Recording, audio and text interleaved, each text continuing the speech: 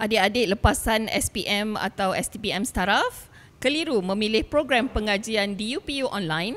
Jika diberi pilihan, kita semua pasti nak masuk ke universiti untuk melanjutkan pelajaran. Bagaimana seseorang itu memilih universiti, pasti akan ada aspek yang perlu dilihat untuk membuat pemilihan program. Nantikan kupasan dan penawaran program pengajian yang menarik yang terdapat di UniMed.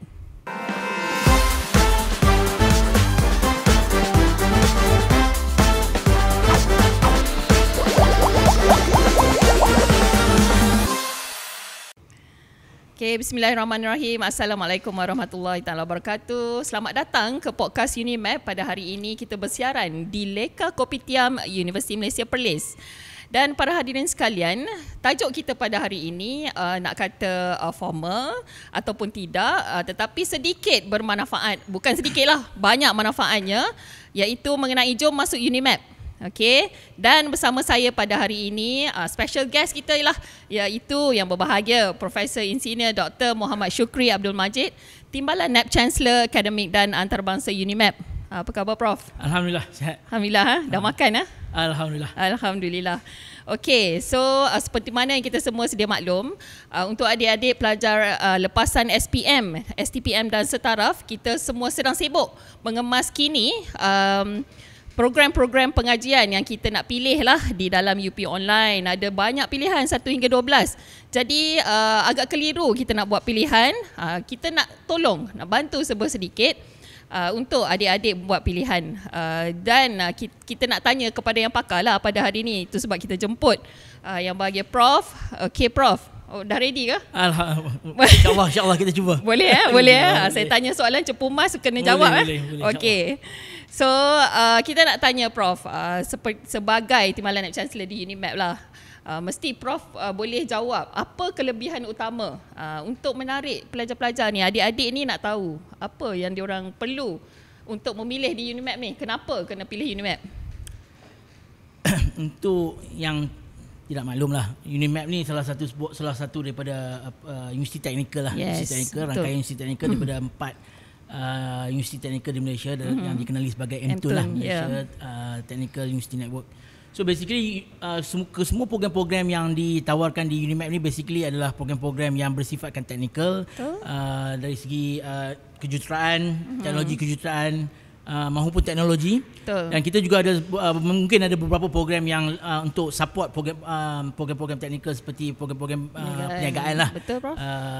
So di situ kalau kita tengok semua program-program kita ni basically program-program yang teknikal yang support keperluan industri kita yang sekarang lah, especially di bahagian utara Malaysia. Okey, macam Prof kata tadi, kita ada kejuruteraan teknologi dan teknologi. Ada banyak mana Prof program yang ada dekat UniMed yang student boleh pilih lah, yang adik-adik ni boleh pilih? So far kita untuk tahun ni kita ada beberapa program baru, tapi kalau kita tengok pada jumlah program yang ditawarkan, kita ada 43 sekarang ni, 43 program. Di mana 7 program adalah 7 program diploma kejuruteraan dan diploma kejuruteraan teknologi, dan selebihnya adalah program-program daripada ijazah sarjana muda dalam bidang kejuruteraan dan teknologi kejuruteraan lah. Tapi itulah Prof, kadang-kadang bila kita pergi ke promosi di merata tempat di Malaysia, para pelajar dan ibu bapa sendiri, dia orang confuse. Apa beza kejuruteraan teknologi? Kita boleh explain lah, tapi cara nak faham secara kasar ataupun bahasa yang mudah untuk kita sampaikan. Yang tu bukan masalah pelajar dan ibu bapa, tu masalah industri juga. Kadang-kadang kita cuba nak cuba define ataupun kita cuba terangkan dengan lebih baiklah kepada industri, supaya industri ni pun maklum jenis tenaga kerja yang diperlukan di pihak industri. So sebenarnya kalau zaman saya dulu pun sama je. Zaman saya dulu ada satu je. Kejuruteraan kan? Zaman lagi even 20 years ago masih semua kejuruteraan saja. So kejuruteraan ni lah buat semua kerja lah basically bila come to ni. Tapi bila kita going forward kan, kita ada beberapa pandangan daripada industri yang menyatakan bahawa ada gap daripada skill yang diperlukan yang diperlukan pihak industri lah. So bila kita tengok daripada segi itu, kita tengok kita perlu address gap tersebut, dan gap tersebut adalah daripada segi teknikal. Okay. Kita bermula dengan kejuruteraan. Lepas tu dan kita ada selepas 2013 kita tawarkan program teknologi kejuruteraan. Okay. So teknologi kejuruteraan ni basically dia perbezaannya adalah lebih kepada jumlah ataupun hours yang disediakan untuk pelajar membuat praktikal dengan teori. So kalau engineering ni dia lebih kepada teori, lebih pada design, lebih pada problem solving yang menyediakan masalah, menyelesaikan masalah industri. Tetapi bila kita minta mereka actually do the gritty work lah, basically masuk buka mesin, memang tak boleh. So we need somebody yang actually yang boleh pegang mesin, pegang equipment dan sebagainya. That's why kita come up, that's where teknologi kejuruteraan comes in lah. So kalau ikut tengok teknologi kejuruteraan ni, dia banyak elemen-elemen praktikal lah basically. In term of hours yang disediakan kepada pelajar-pelajar ni, dia akan spend banyak hours untuk operate mesin. Contohlah kan. So kalau kita tengok perbezaan dia, dua-dua ada element of engineering knowledge. Tetapi in term of practicality, kegunaan tu, kalau engineering ni dia lebih kepada design, lebih kepada menyelesaikan masalah.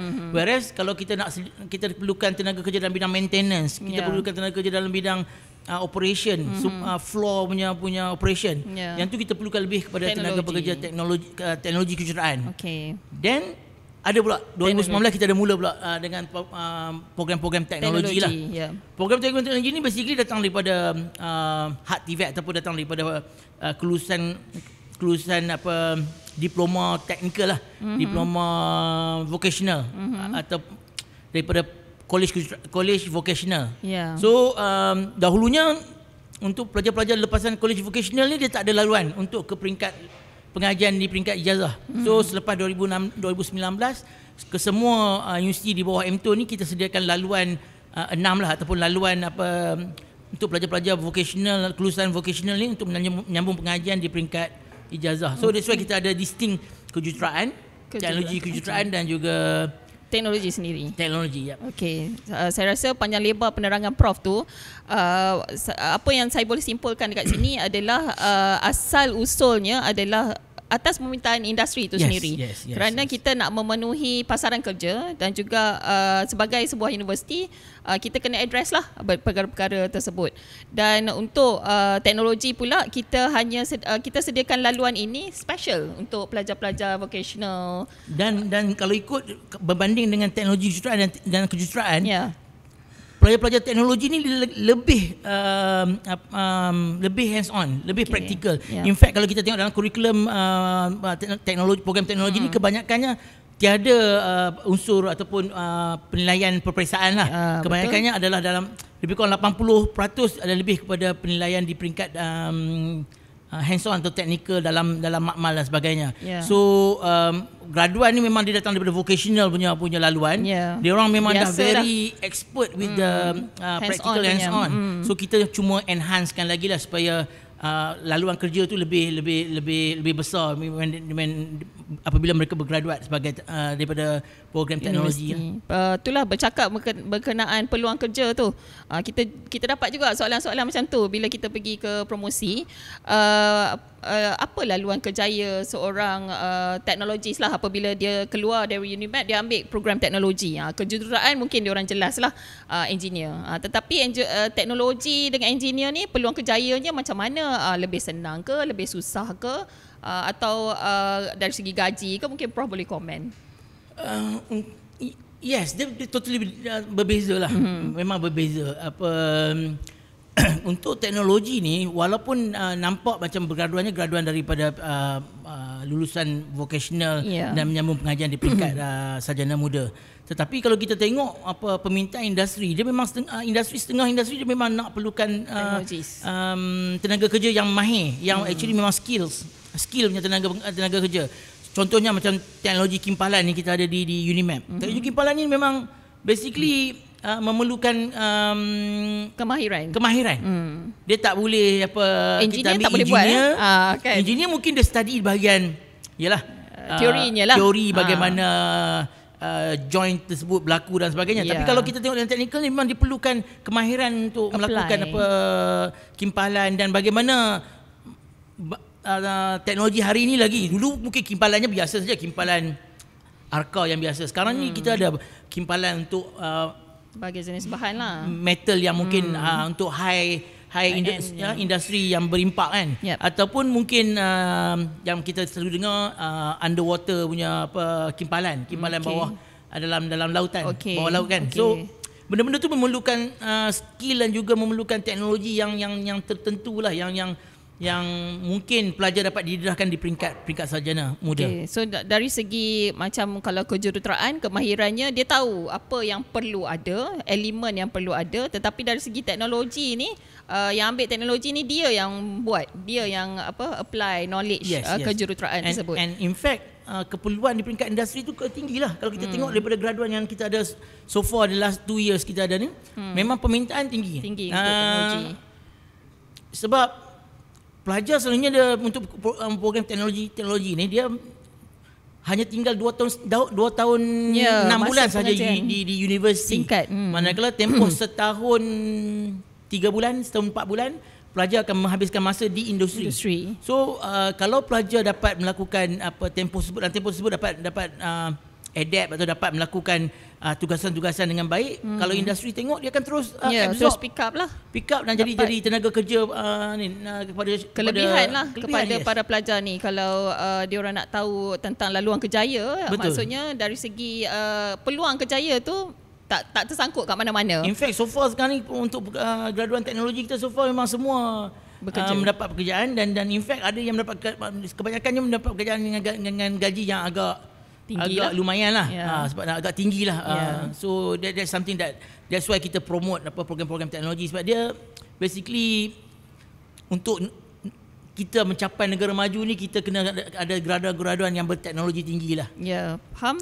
Okey, saya rasa mungkin ada Prof ada cakap sikit tadi tentang gaji. So kita boleh reveal berapa gaji permulaan jurutera ataupun yang graduan dari teknologi ni sebentar lagi. I mean, this is the feedback from the industry academia collaboration session that we have. So when we went to Penang, we had this, we call it industry academia collaboration workshop with all the E&E players there. Top E&E players. Intel was there, ATNS was there, Benchmark was there. I mean, the top players, Semicon there. So one common information that we have captured from that session is they love Unimap. They love Unimap. Almost every industry that we ask within that workshop say that the first talent pool that they are looking at is Unimap, not private institution. So, I mean, I'm highlighting because this is my genuine and sincere input that I have captured from the institution, and they love that. I mean, the first talent pool that they are looking at is Unimap. Yeah. So, what I'm saying is that the branding is correct. Yes. I'm not sure because I have not understood. I mean, we haven't gone deeper of what are the right things that Unimap has done. But what I'm saying is that something must be done. Something must be done right. That the branding, I mean, created from the industry perspective is right. And I'm not getting this input from just one company. And they are top companies. And I wonder, they did not mention private universities. They mentioned Unimap. So thinking then I told our team that, hey, there must be something right about them, that let's go there, understand what are the things. So definitely we'll be in touch with Prof. Zaliman and see to know that, I mean, what are the right things that they are doing there. But one thing that we realize is their industry network is strong. Okey Prof, kita kembali di Leka Kopitiam, sambil-sambil lah kita boleh minum kopi, ada kopi. Kopi sedap. Kopi sedap, Alhamdulillah. Okey, kita kembali lagi untuk adik-adik di luar sana yang masih belum confused lagi ni nak isi apa pilihan yang ada di Unimap. Kita macam Prof kata tadi, kita ada 43 pilihan program dan adik-adik boleh isi melalui link yang kita berikan. Sekarang boleh scan QR dan boleh terus tengok senarai program yang ada dekat situ. Okey, Prof. Tadi saya dah tanyalah kelebihan yang ada dekat UNMAP. Okey, dari segi kelebihan-kelebihan lain. Kita ni, Prof ada cerita tadi, kita ni ada 43 program, kita ni program macam mana, ada kejuruteraan, teknikal dan sebagainya. So apa lagi yang Prof tak cerita? Saya rasa ada lagi yang Prof tak cerita ni. Silakan Prof. Ada lagi ya? Ada lagi saya rasa tentang mungkin niche area kita. Oh okey. Ya, yes. Kalau UNIMAP ni, ya macam saya kata tadi, MTON kita ada 4, tapi kalau masing-masing MTON ni dia ada niche area masing-masing lah. Dan kalau ikut niche area untuk UNIMAP ni, kita memang fokus niche tu apa kepada kalau bidang lah, bidang tujahan. okay. Bidang tujahan. Program-program kita ni memang kita fokus kepada industri elektronik dan electrical electronics. Yep.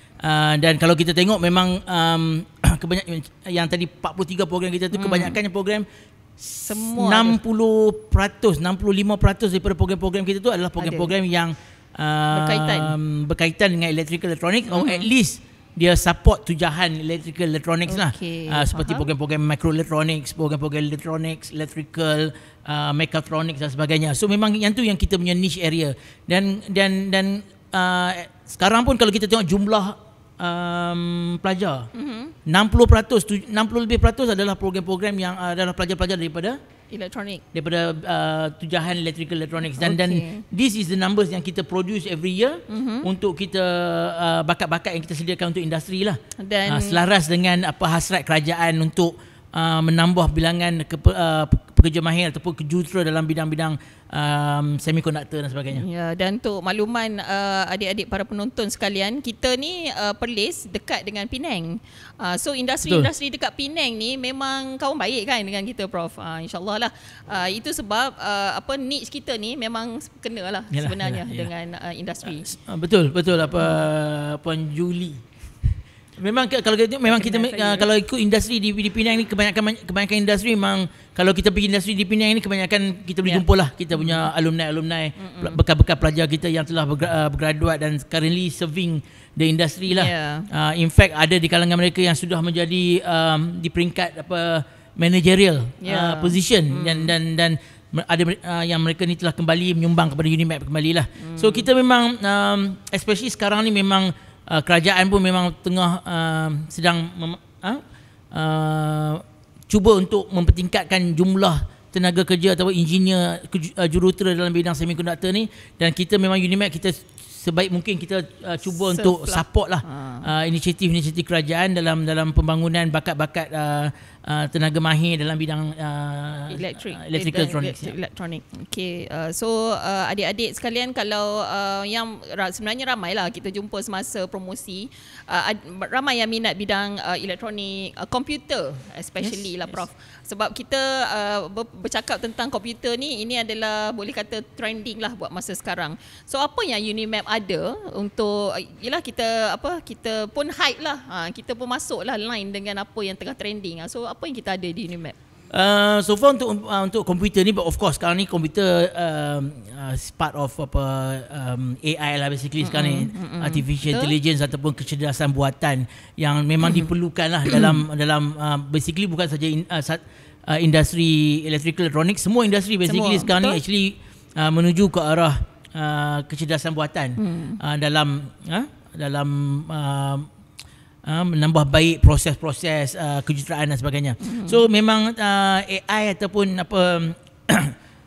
penyediaan bakat dalam bidang kecerdasan buatan ni penting, dan sebenarnya UNIMAP memang kita sejak dari dulu lagi kita ada antara program kita yang mendapat sambutan tiap-tiap tahun ni adalah program kejuruteraan komputer. Betul? Dan kita juga menawarkan diploma kejuruteraan komputer juga.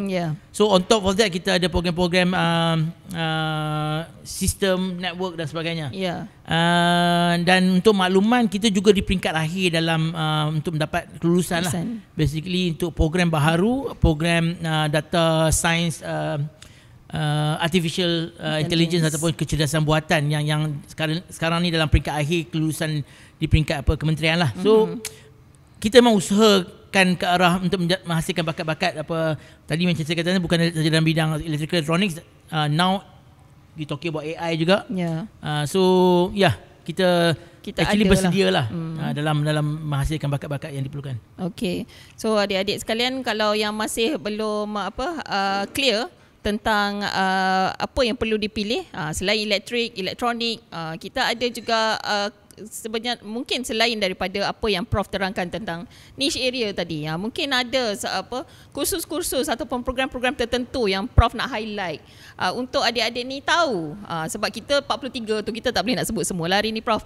So apa yang Prof rasa adik-adik ni boleh faham lebih tentang UNIMAP?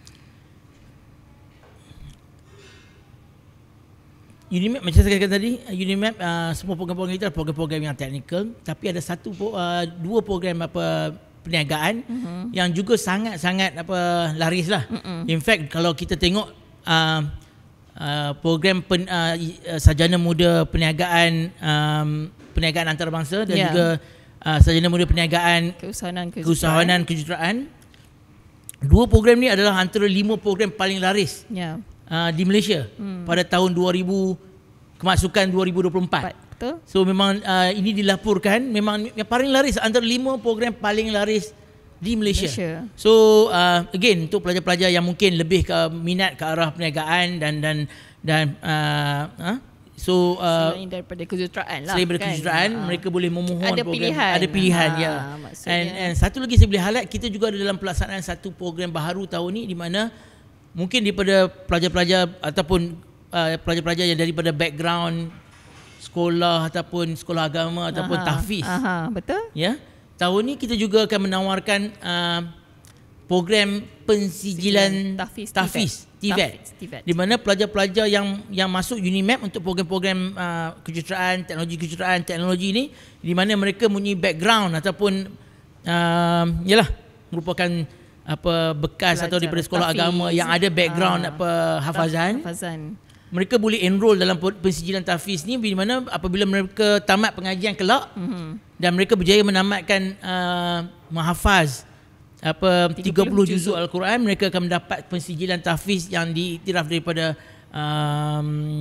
Darul Quran. Darul Quran bawah JAKIM lah.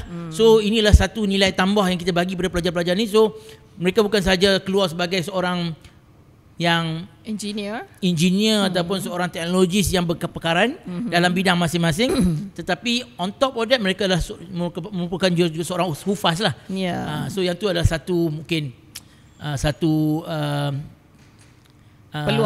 peluang dan juga orang kata kelebihan kepada pelajar-pelajar ni lah, supaya mereka bukan sahaja keluar sebagai ni, tapi dapat sijil yang diiktiraf oleh badan daripada Darul Quran. Ya, JAKIM. Okay, jadi untuk adik-adik yang dari aliran agama yang ada kelayakan untuk menyambung dalam bidang engineering atau teknologi ni, sebenarnya ada peluang untuk sambung lagi hafazan tu. Kadang-kadang di peringkat sekolah mungkin ada yang belum sampai habis ke 30 juzuk, ataupun mungkin habis tapi tak ada sijil. Tak ada sijil. So keistimewaan kita bagi sijil dekat sini. Pensijilan, ya. Dan kita ada program khas untuk pelajar-pelajar ni, tak kacau lah waktu study kan Prof. Yes.